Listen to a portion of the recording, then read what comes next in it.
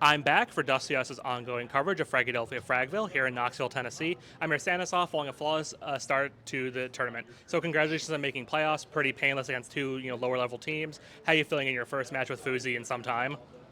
I'm feeling exhausted. It's hot in there. There's a lot of people screaming constantly. It's very close quarters. Desks are very tight, very close setup. So yeah, it's a long day, but I'm glad that we had like two easy games to kind of get us used to the setup.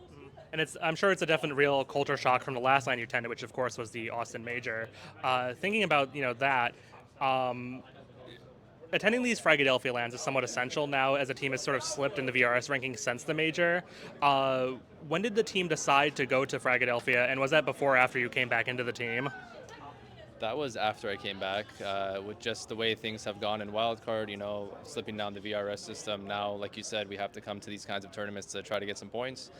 We're going to try to rack up as many points as we can until October 7th or 6th, whichever is the date, and yeah, just try our best to make that major. We have a long shot, but we're going to try our best. It's always a long shot for us NA teams, so you got to take every opportunity you can get, right? Looking at what's been going on since that, discuss the elephant in the room. Of course, right after the major, we saw you be benched on Wildcard, and at that time, you discussed whether it's the end of your playing career, whether you were going to go coach. Your agent was putting out feelers on Twitter about what your future would look like. Were you surprised about the benching on Wildcard post major? Yeah, of course I was surprised. Wildcard's been my home for almost 2 years now. I thought myself and vinS had a great thing going. We wanted to make a few changes, but the org saw it a different way. And then once management kind of talked amongst themselves, and they realigned on their vision, they wanted some more stability, so they brought me back. And now like vinS and I are working really hard to repiece the team together. But it's been a slow and painful process. We brought Luva back, which we're really excited about. We have a new player in Peeping, but I'm happy to be back with Josh and Fozy mainly. They're great players. I love playing with them, and yeah, I hope we can really do some damage and pick up the speed because we've just been thrown into it with this new team, and it's kind of hard to just play without any strats essentially. So we're just gonna do our best and hope for the best. I think you could definitely describe that period of time, the last 3 months, as Wildcard's been doing their roster changes, and sort of bringing back old pieces, a prevailing attitude of chaos. Do you know what their plan was without you on the team? It seems like they very briefly benched you, and then were like, "Oh, we actually need an IGL. We need to bring him back." Was there a coherent? Do you know if there was a coherent vision for what the team would have looked like if you, Susp, and Fuzi were out of the squad? No, I'm not sure. I just know that myself and vinS are always very vocal about what we think the team needs and how things should be. And so I think we're finally on the same page within the org. And like I said, we're just slowly trying to repair what was done before. So now we're just playing catch up, and we're going to do our best to actually catch up. Now that we're finally able to discuss it as a completed move, originally all the way back in April, we reported on the fact that Peeping would come in to replace Sonic, and after many, many months, that's finally come to pass. Could you finally tell us sort of what inspired the decision to pick up Peeping from that sort of nouns, that sort of ex-noun squad?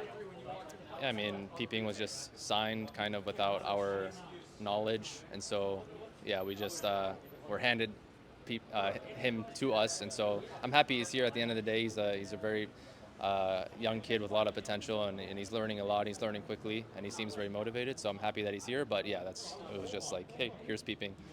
That's quite surprising to me in the sense that first you tell us that you being benched is something that wasn't discussed with the team, then the addition of Peeping is something that wasn't discussed with the team, and it seems like some of the other roster changes were discussed without the team. Do you think, now that you've essentially gone back to the roster that the organization previously benched, do you feel like the last couple of months have been sort of a waste of time in that regard?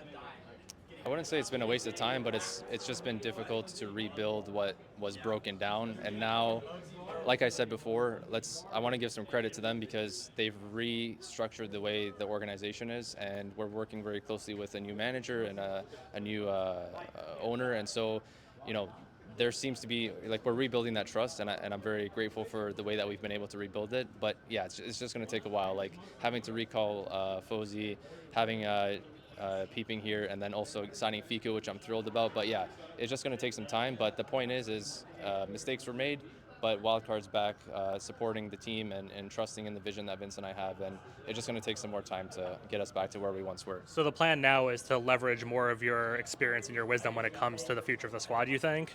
Yeah, for sure.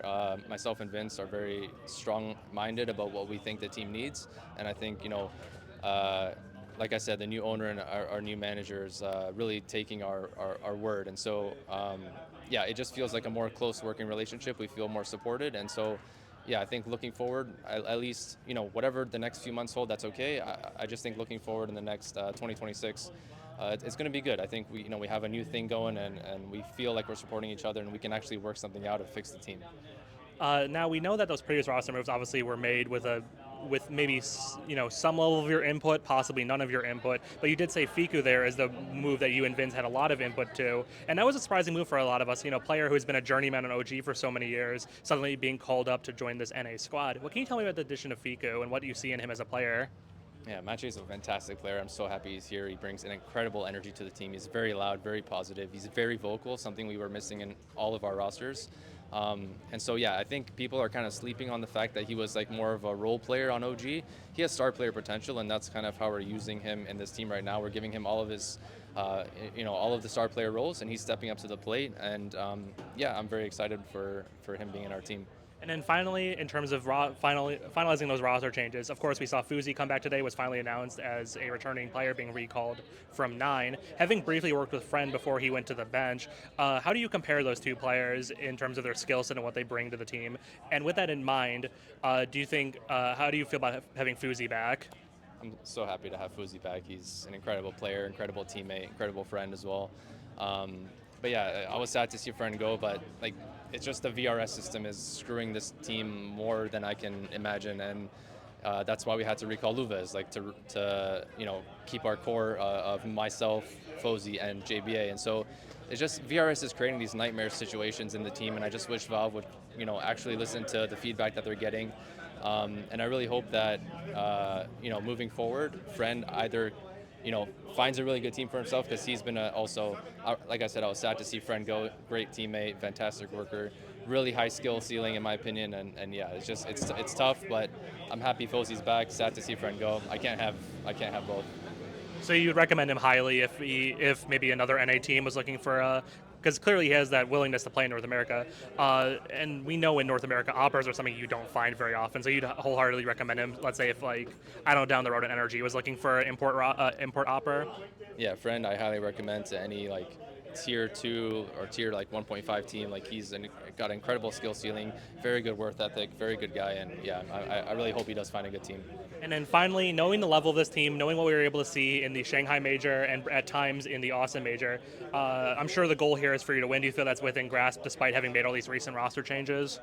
Yeah, I hope.